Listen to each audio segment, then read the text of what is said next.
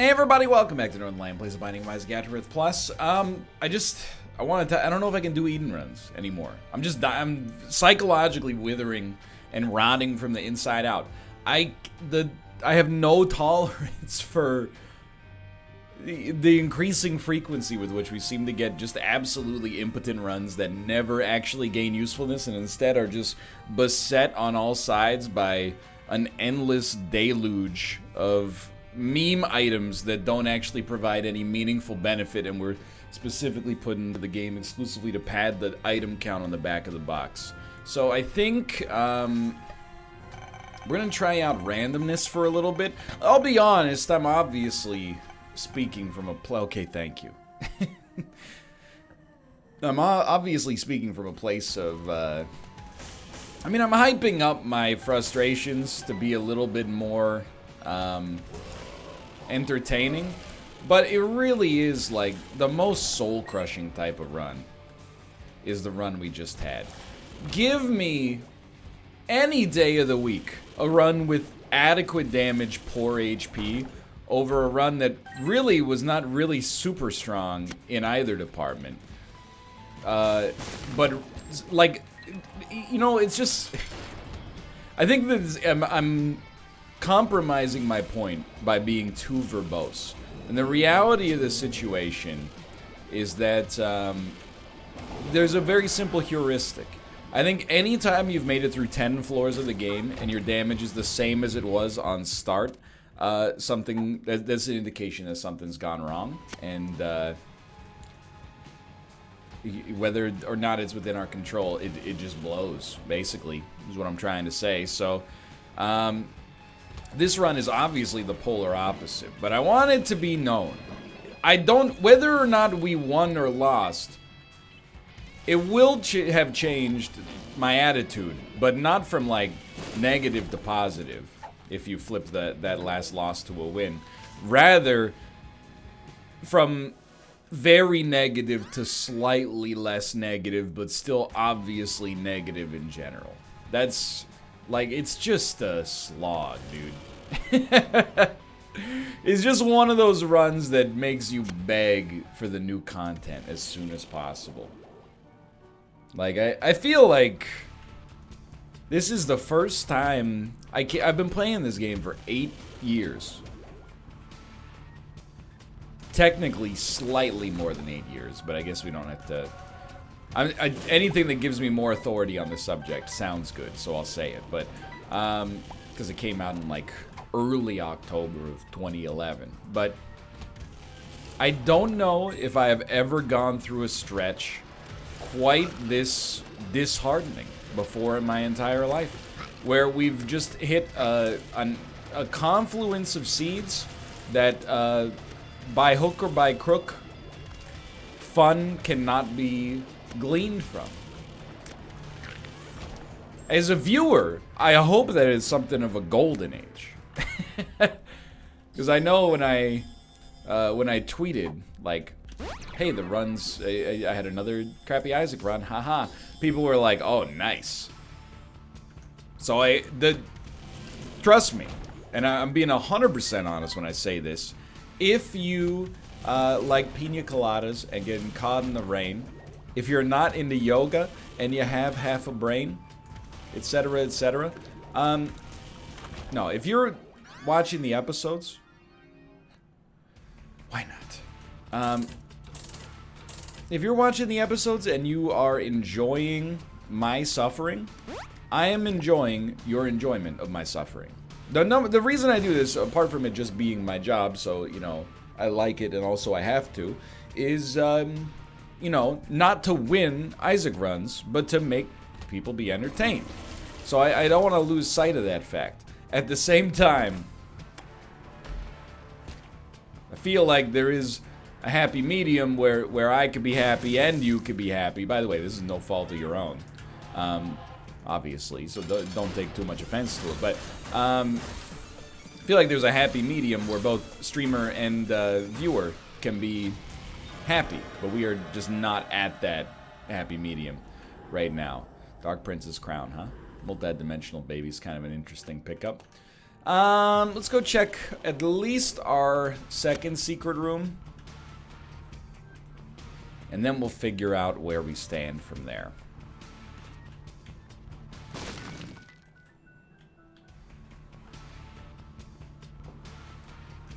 What do you think, Tomo? You've been sitting here for like, you know, half of the Isaac episodes I've recorded recently. What are your thoughts on this subject? I don't want to be mad at the game. Me and the game have a copacetic relationship, or at least that's the intention. And it's bizarre, and I've said this a few times, but I'll reiterate. It's bizarre, but, you know. Bob's brain, huh? All I have are explosive thoughts. But it's bizarre because, like, nothing has changed, and yet, you know, despite the same input, you know, because I feel like the items, like, let me put it this way, there haven't been any patches as far as I know, but, like, the runs have just not been coming together. It's just, and I don't mean, like, you know, we're one element away. I think it's been abundantly clear we've been, like, you know, not even really close. And I'll say the same thing I say over and over, and then I'll put it to bed. We'll hopefully talk about something else. But if I, with 3,000 hours in this game, you know, hit these runs that, like, I can't find a way to have fun with, I feel like it'll be even harder for somebody that's just... Or, I don't know, maybe that's the thing. Maybe it wouldn't be so bad if you haven't played as much, because you wouldn't have the ability... I mean, this is going to sound insulting, but I don't mean it that way.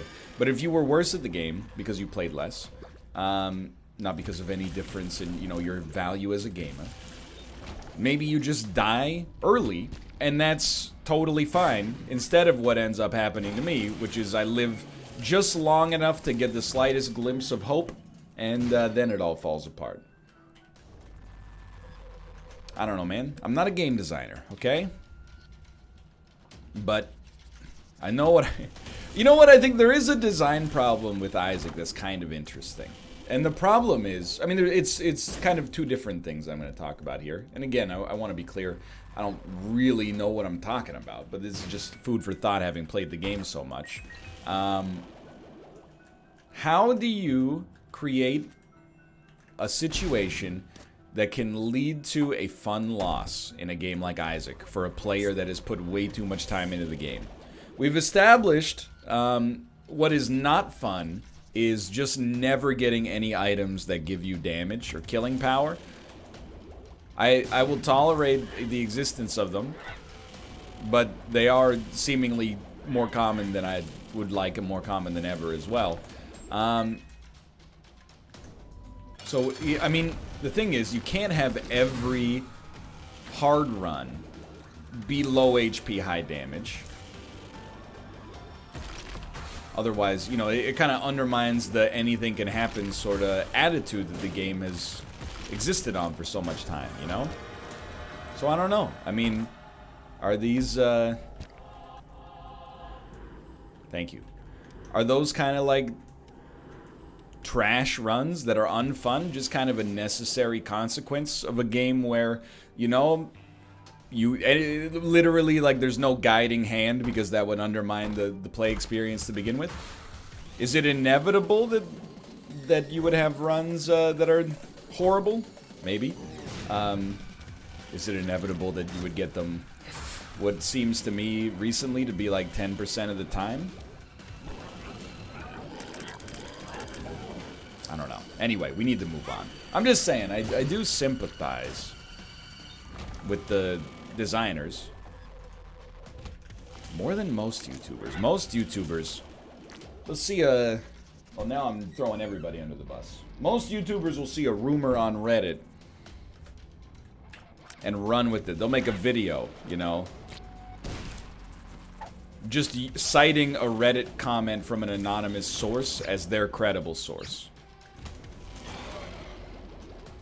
I'm not that kind of guy. I understand. I've made some absolute garbage in Unity. I've got an understanding of how to program.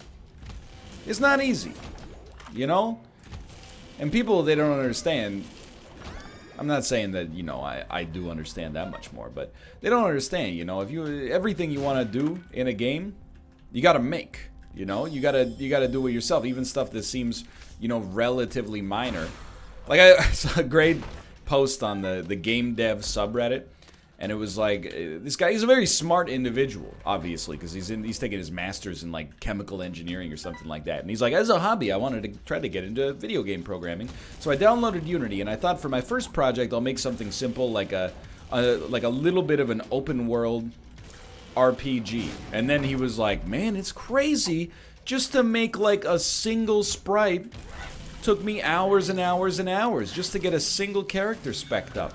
So I decided that was too much work, and I tried to spec down a little bit. I went with the project I had in mind, which was a game that allowed you to simulate chemical bonding. So like, you know, if you had two elements in close proximity, they would just form the necessary bond between them if they were able to form that bond, and, you know, you would see the effects and blah, blah, blah. And he was like, well, I realized in order for that to happen, I had to hand code all these specific permutations that, you know, could possibly... I basically had to code the periodic table by hand. And I'm like, yeah, man, what do you think, you know?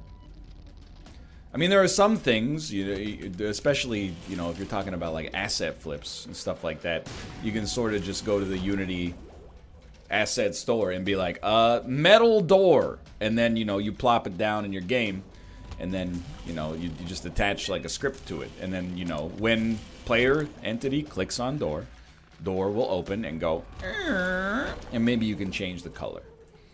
But for like a lot of, you know, there's a lot of handmade work that goes into making pretty much everything in games. So like you know, I don't want to be that guy that's like, just make it better.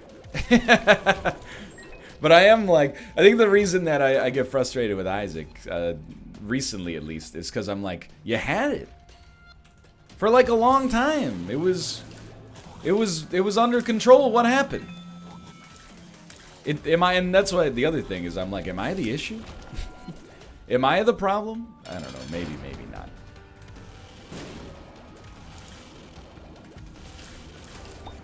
Maybe, but simultaneously, maybe not. Anyway, I do appreciate that we're having an easier run, just due to being Azazel here. Maybe, to be honest, like I'm casting some doubt onto my own confidence here, but maybe Eden is just not the way to go anymore, you know? You could definitely still get stuck with like, you know, bad runs as any character in the game, I suppose. But no character starts with damage as low as Eden's. On the run that we just had, at least. If you really want to get technical, I think it's possible that Lilith's damage potential, due to the fact that she doesn't shoot like directly where the character is placed, I think it is possible Lilith's damage potential is lower than 2.97. Let's not even talk about the 15 rate of fire. But functionally speaking, you know, that's the only situation where that could happen. So I don't know, maybe the game... You know what would actually just help out a lot? Make it, like, narrow the range at which Eden's damage can start at. Instead of making it what seems to be, like, somewhere between 2 and 5... Just make it like somewhere between 3.5 and 5. Now it's like a bit of a hack, but I think even just that would minimize like so many of the complaints that I've been having. But again, you know, you don't watch this to hear a grown man complain about game design, which again, I have to be clear, is something that I do not understand. Please don't be Perthro. Okay. Because then I couldn't have lived with myself on that one. You watch it to hear about grocery store anecdotes and blah, blah, blah. I'm a little anecdote light, to be honest. You know, Kate and I, we're busy. We're moving soon. We're lucky, you know. We're moving in a very millennial fashion, which I'm very thankful for. we don't need to be out of our current place in a super timely fashion. We got a good relationship with our landlord, which is rare to begin with, but I think especially rare in Vancouver. But, you know, she's always treated us with respect. We've always treated her with respect, so I think we've gotten ourselves a little extra leeway here. And moreover, she knows we're going to leave the place in great condition. So we got a lot of time to move it over, but it's still, you know, moving is a very... I read something years ago that said, like, moving, in terms of, like, adult stresses, is up there with, like, it's not, like, the most traumatic thing you could ever experience, obviously, and most people do experience it many times in their lives, but it's, like, on the same level as, like, major financial stress or like a minor health scare or blah blah blah, you know, like stuff on that level. So it's, and I feel you. I have an aversion to moving that I think I come by very honestly. My parents, all I need to say about this subject is that they love HGTV. I moved not that many times when I was younger, but, you know, I lived in the same house from when I was born till I was 7, then in a new house from when I was 7 till I was 13, then 13 to 17 was in that house, and then, you know, I went off to college after that. So I only moved like 3 times, which is not enough to really be complaining about. Plus, as a child... you know, you don't really do much of the moving. Like, I went to the same school the whole time, but I'm like, it's more stressful for, you know, the adults in this situation. As a kid, you're just kind of like, you know, I'll take my books, you know, it's not that hard. But, I have, like, PTSD about it, not to make light of the situation. I have trauma surrounding it, because for, like, years, every Saturday, my parents would go to open houses, and, you know, be like, oh, we like this, we don't like this, we like this, we don't like this, which is fine, you know, if that's what you're into. I'm sure there are people that do it now as well, but I was like 7 years old to 10 years old, and, you know, they don't want to get like a babysitter or leave me home alone, so I just, I end up being stuck in the, you know, these open houses. Not really the most exciting place to be when you're a 10-year-old kid. So I've always been a little apprehensive about moving, just annoyed. Very, you know, I think in many ways, for a lot of things, you either like become your parents when you get older, or you become the opposite. And I've become my parents in some ways, for sure. But I've also become the opposite in some ways. You know, I have very little tolerance for HGTV style stuff and HGTV in general. And if you were like, hey, we're gonna live here for the rest of our lives, I would be like, okay, totally fine. One less thing to worry about. But it's a good thing, I will admit. But I will say, once I moved out, my parents hit like peak move status. Like, they lived in the house they lived in when I went to college. That's summer, they were still living in that house. When I came back home for visits in my second year, they had moved.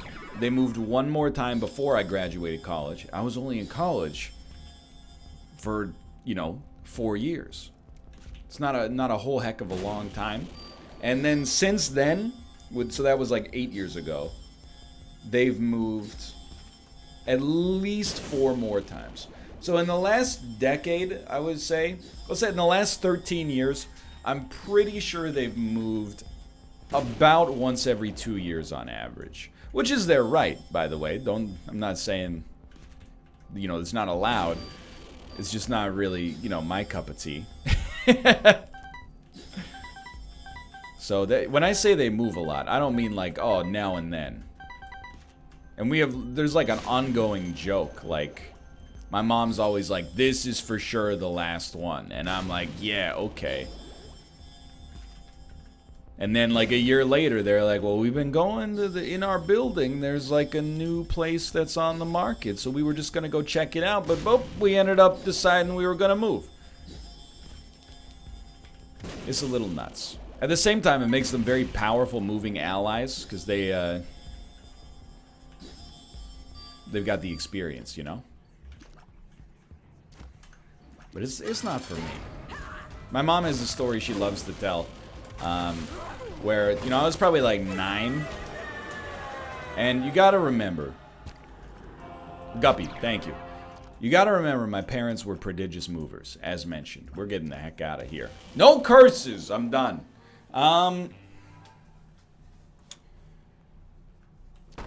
So, you know, when they were looking for a place to move, when I was like, you know, between the age of like 5 and 7, we went to so many open houses that like their real estate agent, like the sight of him physically made me ill. And I'm not being facetious. Like, the story that she always tells is that after we moved, like 6 months later, the real estate agent just came by to check on us, just to be like, hey, how you liking it? Because we lived in a small town, you know, everybody knows everybody. And when I was just playing in the yard, and then when I saw the real estate agent pull up and get out, I actually went inside and threw up. I don't have recollection of this, but my mom has told the story many times. So this is not manufactured trauma. Like, I was feeling it as a kid. But I am excited to move as well. I know it sounds like counter to that, but, you know, it's different when you're like, when you're the one moving.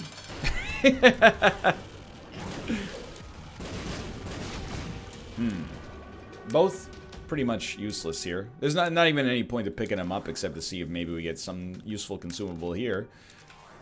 Better luck next time. But yeah, you know, because, you know, my parents, I mean, I didn't really reap the benefits of them moving.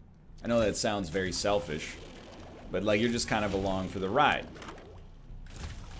Did they make money or lose money on the purchases? I have no idea. My room stayed roughly the same size. The only thing that changed was, you know, what school bus I got on in the morning and what school bus I got on when I left school. When you're, you know, you're moving for your own reasons, there's big positives there. You can be excited about things. So I am stoked for it. Plus, you know, what have I been going to the gym for, if not to be proficient at moving furniture, heavy boxes, you know, etc., etc., etc. If anything, this is my first functional test. Unfortunately, I've realized most boxes don't come with iron handles that make them extremely easy and intuitive to pick up. They're more like an atlas stone. You know, they got, oh, this, sorry, the right side of it's about to break, so you gotta brace it with your hand under it, and then, you know, be careful with that one. It holds a priceless artifact, by the way. That's more like, that's not really what we have going on. It's more what my parents have going on. Something gets broken every move. You just accept it. Did I ever tell you about what happened when we moved to this place? I was very upset about it. I was upset enough that I did not leave a positive review for the movers, even though I had planned on it. So here's what happened. When we were moving to this place, we had some stuff we wanted to throw out. Like, our mattress was kind of old and ratty, for example. I still don't think we want any of this. So we went, we got movers, and the movers, they had the easiest job of all time. There were like, you know, 20 boxes and a couple of pieces of furniture, and a lot of the heavy stuff, we were like, just leave it. We have like recycling people come in to pick it up, and they're gonna, you know, do whatever they do with it, which I honestly don't know. But anyway, we were, they were like, they were doing it. Then one of the guys was like, hey, like, you're just gonna get rid of that mattress? And we were like, yeah, it's kind of like old and like super dirty and gross. And he was like, well, don't get rid of it. I'll just take it. So we were like, you know what? We're doing a good deed. We're upcycling. And, you know, reusing something instead of just throwing it into wherever 1-800-GOT-JUNK will take it. You guys have 1-800-GOT-JUNK in the US? And the rest of the world? It's just they come around, they pick up your junk, and then they give it to people who... Well, I don't know what they do. They might take it to the landfill if it's not good enough. But, you know, I think they clean it up and then sell it themselves. Not for profit, I think. I don't really want to use Yarrow right now. just because we don't have the keys to begin with. So I'm thinking you save it for later. Diplopia is very interesting. We can come back for it. But Proptosis is awesome.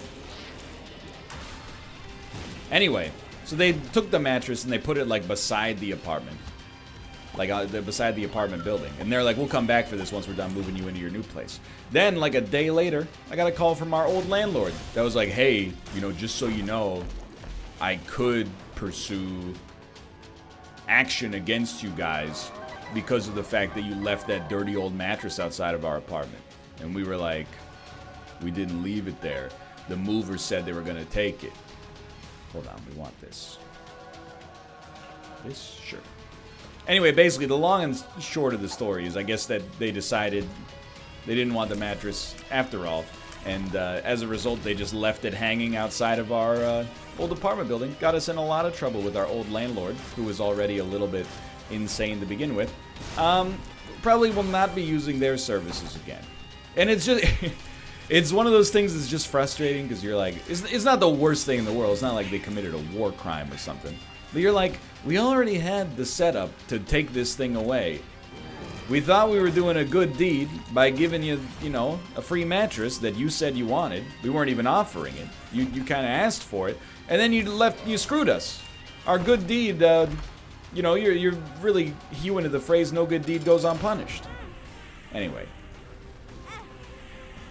It's like, it's a choosing beggars situation, you know? You put something up for free on Craigslist and people were like, well, will you deliver it for free? And you're like, where do you live? And they're like, 2.5 hours away. And you're like, I should just put this in the fireplace. Anyway, for now, thanks for watching.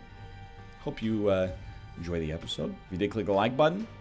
Helps out a great deal. Of course, subscribe if you want to see more in the future. For now, thanks for watching. I'll see you next time. See ya!